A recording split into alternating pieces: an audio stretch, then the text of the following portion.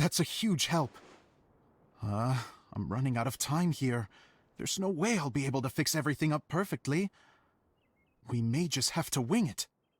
Anyway, the stage is secondary. The performance is what really matters.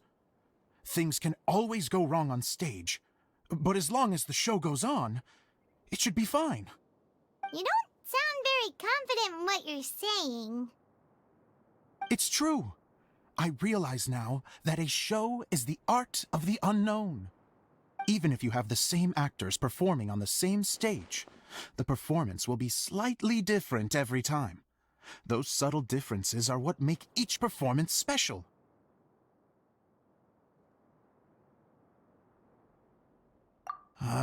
Okay. One last request. Traveler, you can enter the preprints, yes? The truth is that my sets are composed entirely of preprints. First, I use materials to make the objects. Then I take those objects and turn them into the preprint. Now, of course, preprints are really meant for making objects to furnish the domain. So using objects to create preprints is, strictly speaking, the reverse of what this is intended for. But Edea said that if this is what I really want to do, she's not going to stand in my way. So that's what you meant earlier. Okay, well, what do you need us to do? I'd like the Traveler to go into the preprint set and help move props around during the performance.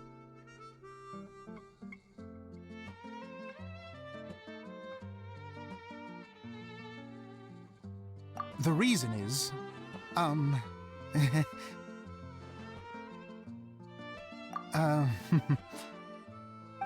Paimon gets it now.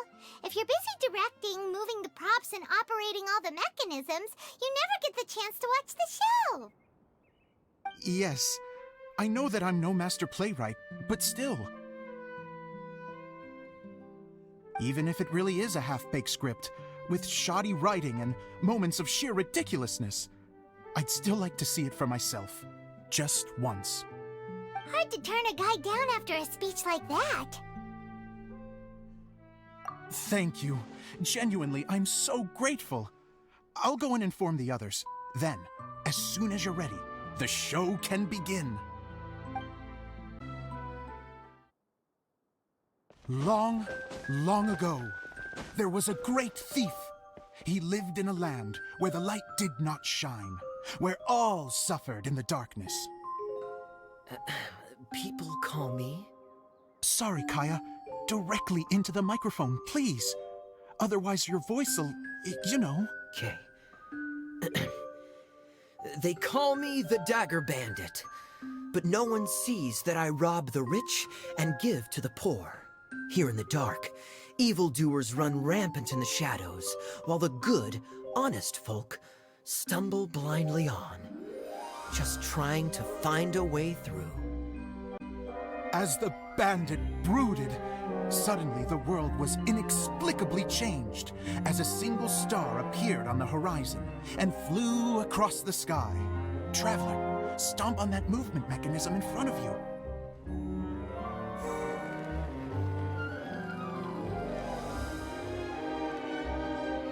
Light.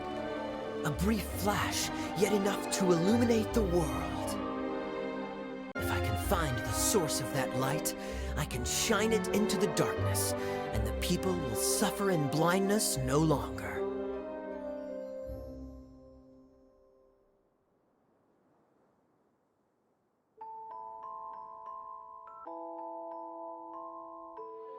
Without a moment to spare, he set off to follow the star's course. All the while, the star kept moving through the sky.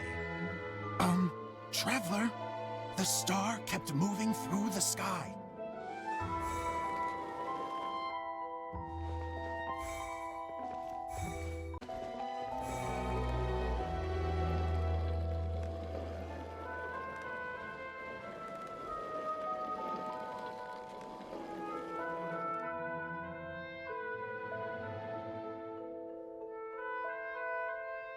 Looks like I have to go through the desert. This could get dangerous. If everything he'd heard was to be believed, the desert ahead was a no-man's land filled with horrors. Worse still, The star had landed in the most difficult-to-reach location, surrounded by sheer cliffs, but he was determined to press onward. I've come this far, and I'm not about to turn back now. The Dagger Bandit trekked deep into the desert wasteland. Yet when he finally arrived at his destination, he found not a fallen star, but a young girl, dressed in white. How strange. I'm positive this is where the star landed. Young lady, do you know where the light has gone?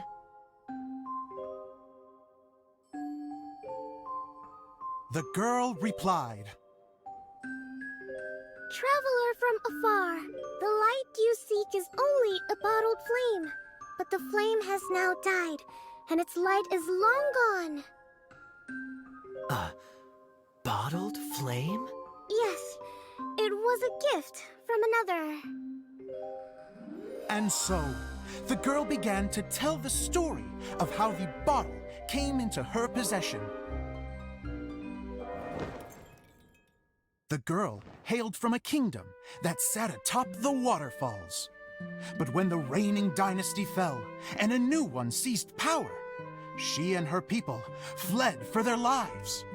A thick fog began to fill the air as she made her way through the forest, and dense thickets tried to block her path. There is a mechanism down there that you can press to retract the thicket board below the stage.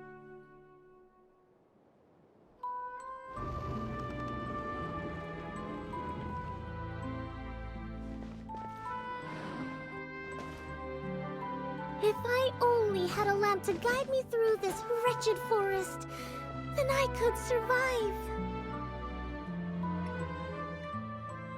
With scratches covering her arms and legs, the girl pressed through the pain and made her way forward. The road ahead was arduous, but she was determined to press onward.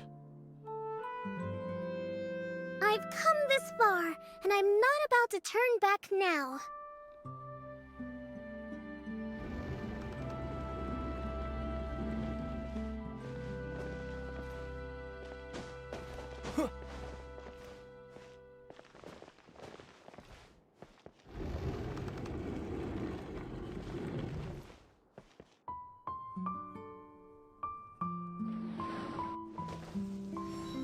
But just as she was drawing near her destination, a huge stretch of thorns and brambles suddenly came into view. Despair set in and began to weigh on her heart. If only someone could help me, I would give anything in return. The girl's heartfelt wish in her moment of desperation did not go unheard. Wait! There's no mechanism for the final thicket! Ugh, I must have forgotten to check those boards. According to the story, those thickets should be gone from the stage now, right? Yes, total oversight on my part. Ugh, what a pain. I can help! Traveler! Catch!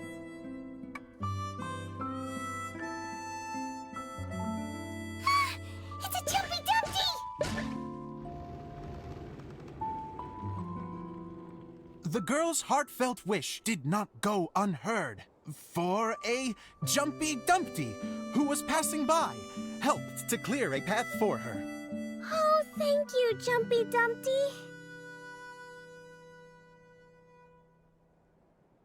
And so the girl continued her journey deeper into the forest. But what she found there was not a lamp, but a mage glowing with fire. So, just to clarify, it was supposed to be the mage who helped burn a path through the thicket. Save it for the end, man!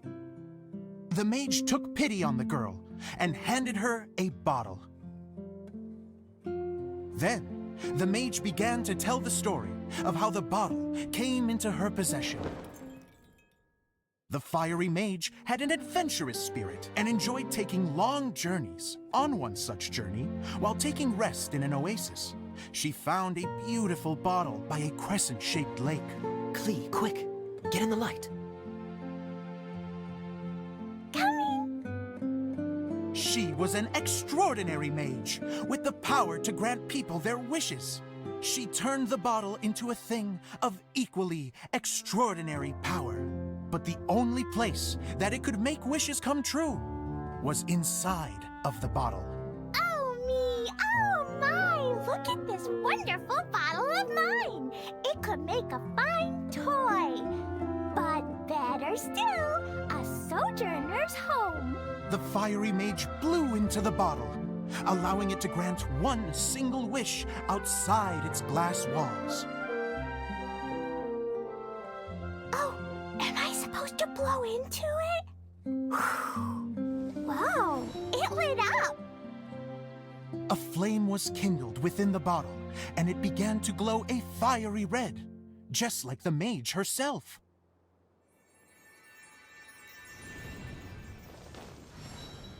After the mage finished telling her story, she disappeared, leaving only the bottle behind.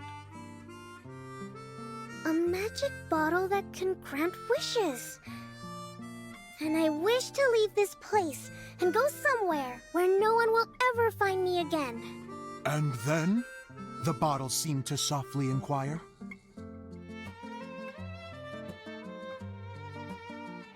I don't know. The flame in the bottle faded as the girl's single wish was granted, and she found herself in the middle of the desert, far away, where no one could ever find her.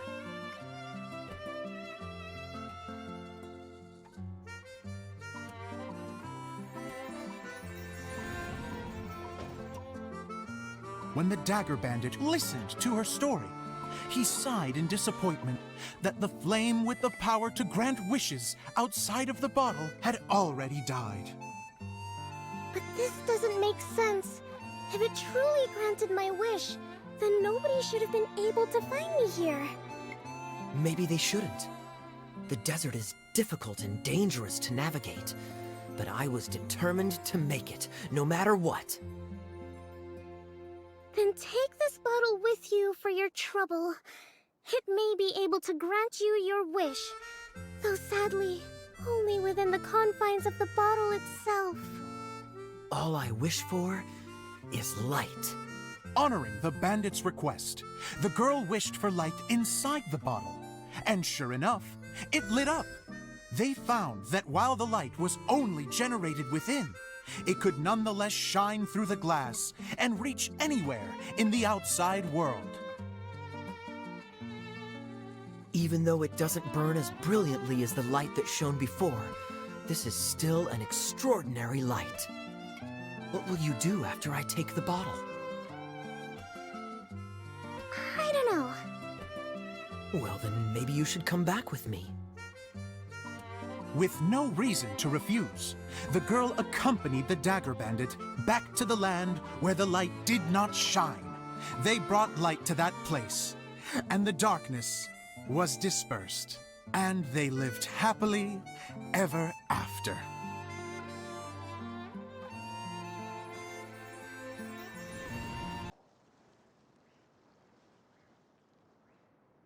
And we're done! Seems the show went pretty well.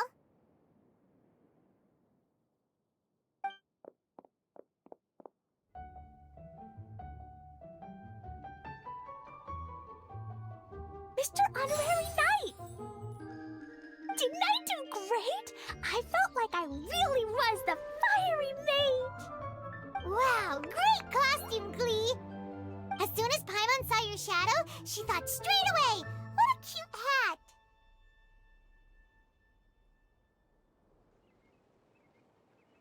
Glee loves it! Thanks, Mr. Zosimos! Oh, wait, no, I mean, Mr. Director. Mr. Director? Ha! No one's ever called me that before. Thank you, my dear little mage. Thank you so much. Oh, I'm so happy. Miss Adia said that she tailored it a little bit so it would fit me, but you were the one who designed and made it. You're amazing.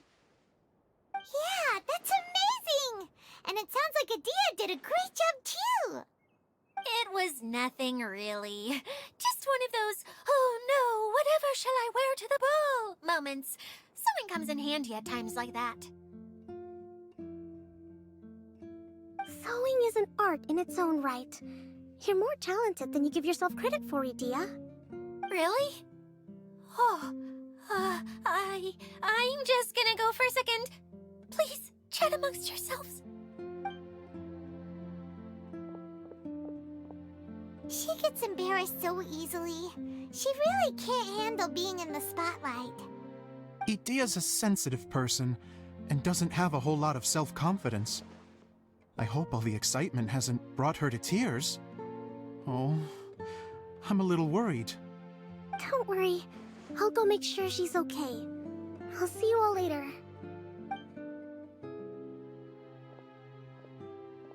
So, what did you all think of the play? Any thoughts?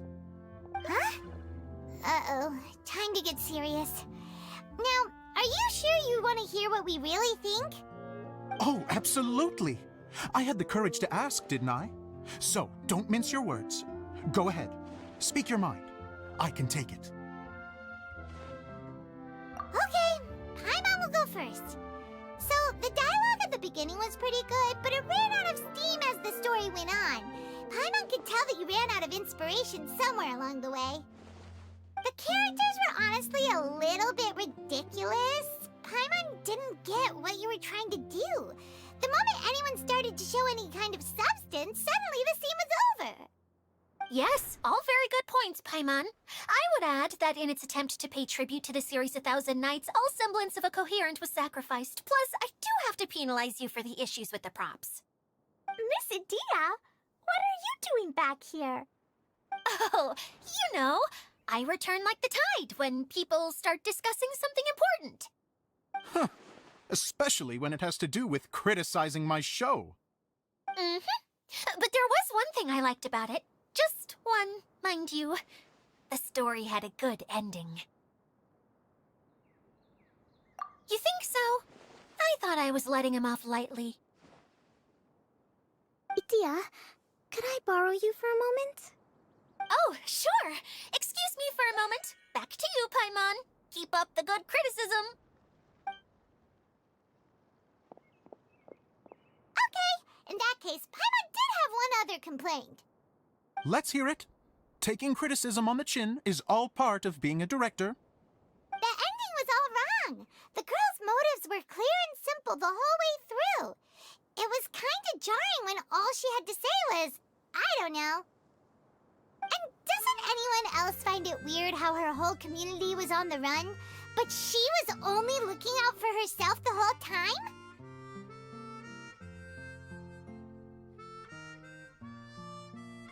I'm fine. I'm not going to improve without feedback. I also learned a lot this time with the chance to be off stage. To be honest, it was a dream come true. What a great attitude. You don't seem upset at all by our comments. I wouldn't say I'm completely unaffected, but you're only speaking the truth. They're all very valid points. Still, now that Paimon thinks about it, you did finish the script in a bit of a rush. Maybe we were being a little too hard on you. That's perfectly fine. Nothing is as important to me as my work on the stage. We all use our imaginations when we're kids, right? I used to play with dolls and my own cardboard cutouts by the light of an oil lamp. The shadows would come to life and dance on the walls. I never got tired of it. Fast forward to now, and in many ways, I'm still that same little kid, lying on his bed, making sound effects. And I get the same joy from running a show now as I did in my little bedroom theater. Of course, a director can accomplish nothing without a cast and crew. So on that note, I want you to all know that I am eternally grateful to each and every one of you. Hey, don't mention it. We had a blast. Okay, here, take this. Your component, as promised.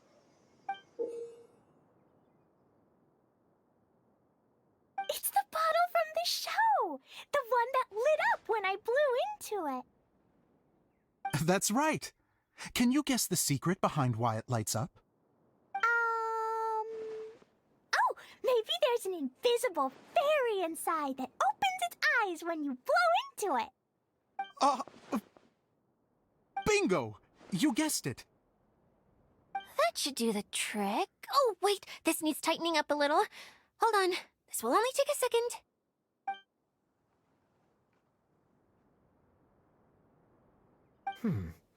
This outfit's more fashionable than I imagined. Excuse me, everyone. Do you have a moment? Especially you, Zosimos. Itia wants to do a little something for you. She says it'll be a dream come true. A dream come true? Yes. She said that as useless as she is, she wants to do something for you as the first person to have heard of your dream of being a director. Her words, not mine. I'd have to disagree, though. I have never thought of Itia as a useless person. How is this suddenly about me? If everybody is ready, then I'd like to invite tonight's male lead to take the stage. Ta-da!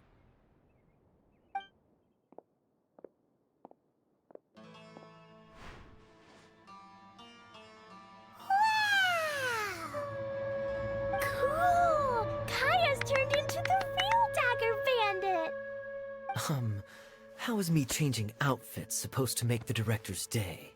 It's just a prototype costume. Is he that easy to please? Don't be silly. If I know our director, nothing will make him happier than to see his ideas brought to life by the right actor. Well, then I'm happy to oblige. Who am I to argue with the star of the show?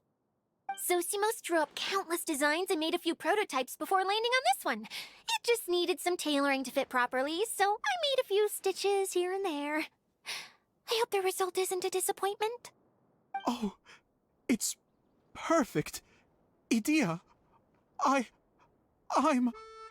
Oh, I'm so touched. Thank you all.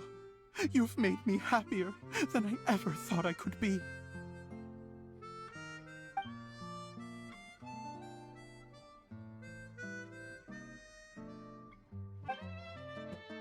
How are you doing? Recovered? Oh, I'm good.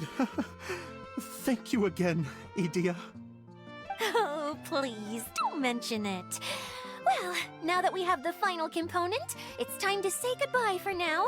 Let's head to the core of the Veluria Mirage and get this place fixed up. Can I keep wearing my costume? Please do, by all means. Both of you can keep your costumes. It seems only fair. Yay! Kaya, keep wearing yours too. It looks amazing. I agree with our mage. I'm sure it's not every day you get to play such an unforgettable character. Sure. I think I can be a bandit for a little longer. Bye-bye, Mr. Director.